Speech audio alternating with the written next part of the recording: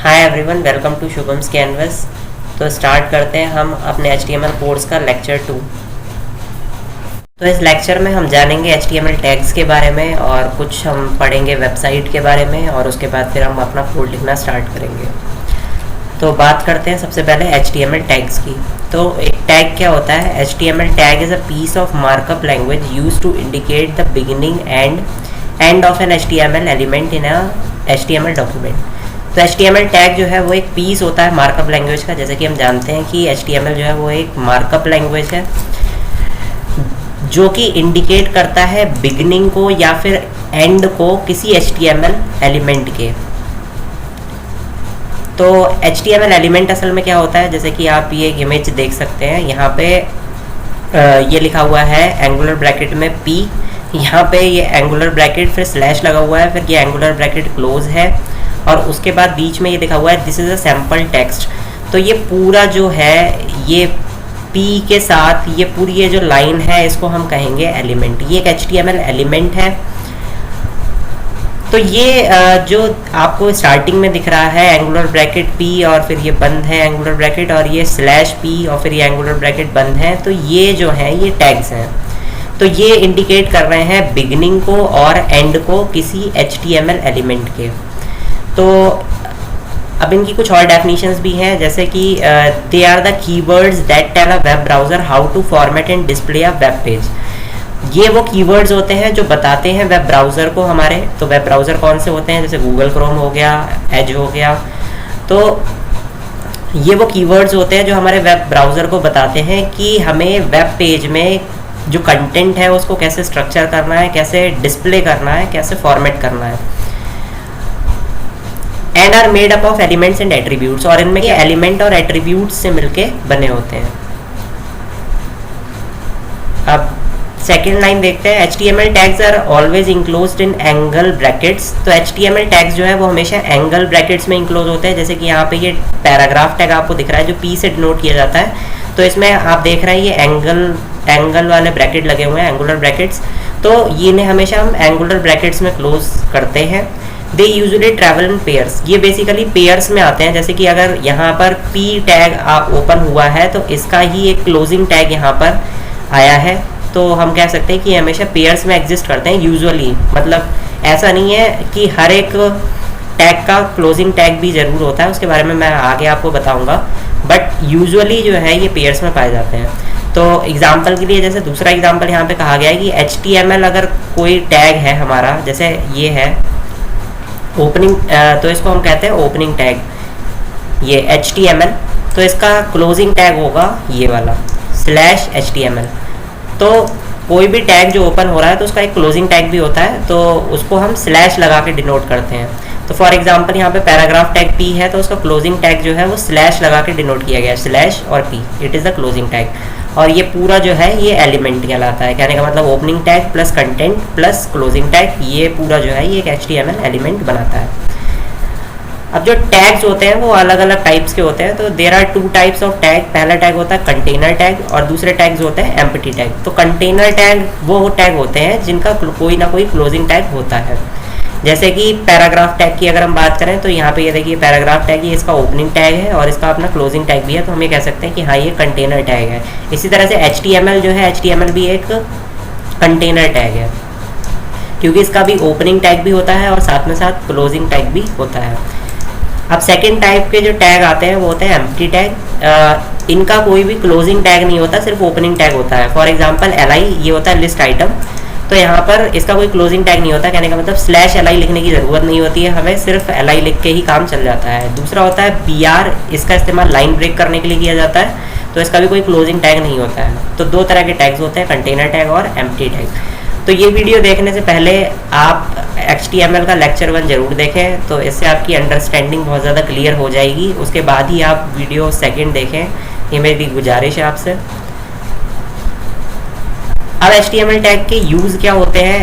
HTML tags are use to format the text. जैसे कि मैंने पहले भी बताया, इसका इस्तेमाल टेक्स्ट को फॉर्मेट करने में, जैसे कि फॉर्मेट करने का मतलब उसे इटैलिक करना है या बोल्ड करना है, लाइन को ब्रेक करने में किया जाता है, ऑब्जेक्ट्स को लगाने में किया जाता है, या फिर बुलेट पॉइंट्स बनाने में उसका यूज़ किया जाता है। तो ये थी पूरी इन्फॉर्मेशन HTML टैग्स के बारे में।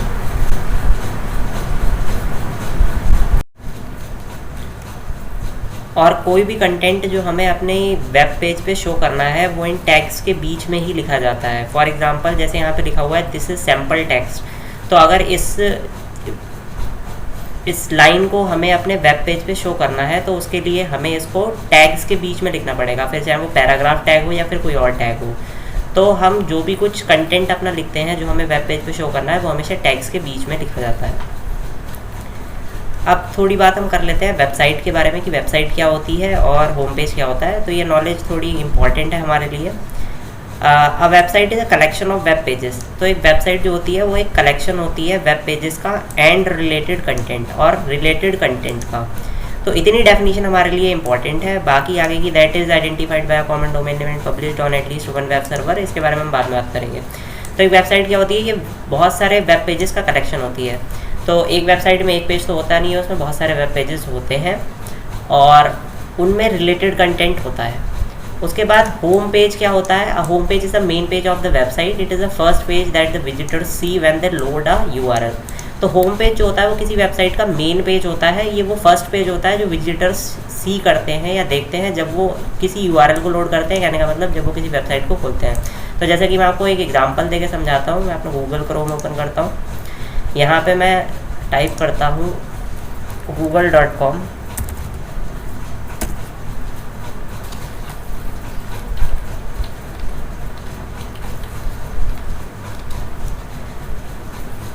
तो मैंने एक वेबसाइट ओपन करी है google.com। तो ये इसका फर्स्ट पेज है जिसे हम कहेंगे होम पेज। अब बाकी हम इसमें कुछ भी सर्च करते हैं तो ये दूसरे पेज पर पहुंच रहा है, ये कोई सब पेज है, बट जो इसका मेन पेज है वो ये वाला है जिसे हम कहेंगे home page. It is the first page of the website that is loading, तो इसे हम कहेंगे होम पेज। तो किसी भी वेबसाइट का जो पहला पेज ओपन होके आता है उसे हम कहते हैं होम पेज।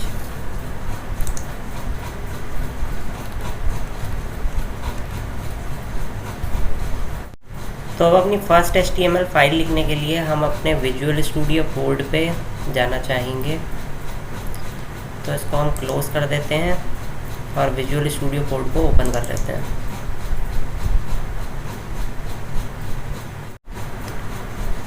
तो हमारे विजुअल स्टूडियो कोड अब ओपन हो गया है। यहाँ पे हम अपनी नई HTML फाइल क्रिएट करेंगे। तो उसके लिए सबसे पहले हम एक फ़ोल्डर ओपन करेंगे, तो ओपन फोल्डर पे क्लिक कर देंगे। उसके बाद मैं डेस्कटॉप पे जाके एक न्यू फोल्डर क्रिएट कर लेता हूँ और इसको नाम दे दे रहा हूँ HTML, और इसी के अंदर मैं अपनी सारी HTML फाइल्स क्रिएट करूँगा। तो इस फोल्डर को सेलेक्ट कर लेते हैं। सेलेक्ट करने के बाद इसको ओपन कर लेंगे। अब हम आ गए अपने HTML फोल्डर के अंदर। अब हम यहाँ पे एक नई फाइल क्रिएट करेंगे। तो ये न्यू फाइल का ऑप्शन है, इस पर हम क्लिक करेंगे और जो पहली फाइल हम बनाने जा रहे हैं उसको हम नाम देंगे index.html। अब ये index.html नाम ही हम क्यों दे रहे हैं इसके बारे में मैं आगे आपको बताऊंगा। अब इतना करने के बाद हम इसमें एक एक्सटेंशन इंस्टॉल करेंगे। तो ये एक्सटेंशंस का बटन है, इस पर हम क्लिक करेंगे और अब एक एक्सटेंशन सर्च करेंगे लाइव सर्वर।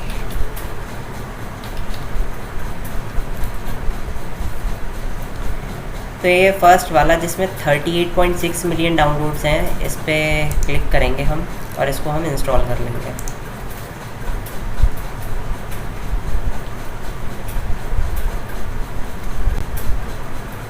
तो ये क्यों यूज़ होता है, जैसे कि लिखा हुआ है launch a development local server with live reload feature for static and dynamic pages. तो इस लोकल सर्वर की हेल्प से हम क्या कर सकते हैं, अपने विजुअल स्टूडियो कोड में हम जो भी HTML कोड लिखेंगे उसका डायरेक्ट आउटपुट हम तुरंत देख सकते हैं बिना किसी वेब ब्राउज़र को ओपन किए हुए। तो ये एक बहुत अच्छा एक्सटेंशन है। तो ये एक तरीके की एक्स्ट्रा फंक्शनैलिटी है जो कि विजुअल स्टूडियो कोड हमें प्रोवाइड कर रहा है एक्सटेंशंस की फॉर्म में, और ये नोटपैड पे आपको नहीं मिलेगी।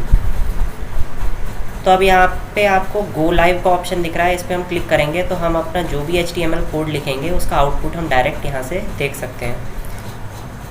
तो फिर इस लेक्चर के लिए इतना ही। If you like the video, then please hit that like button and also subscribe the channel. Thanks for watching.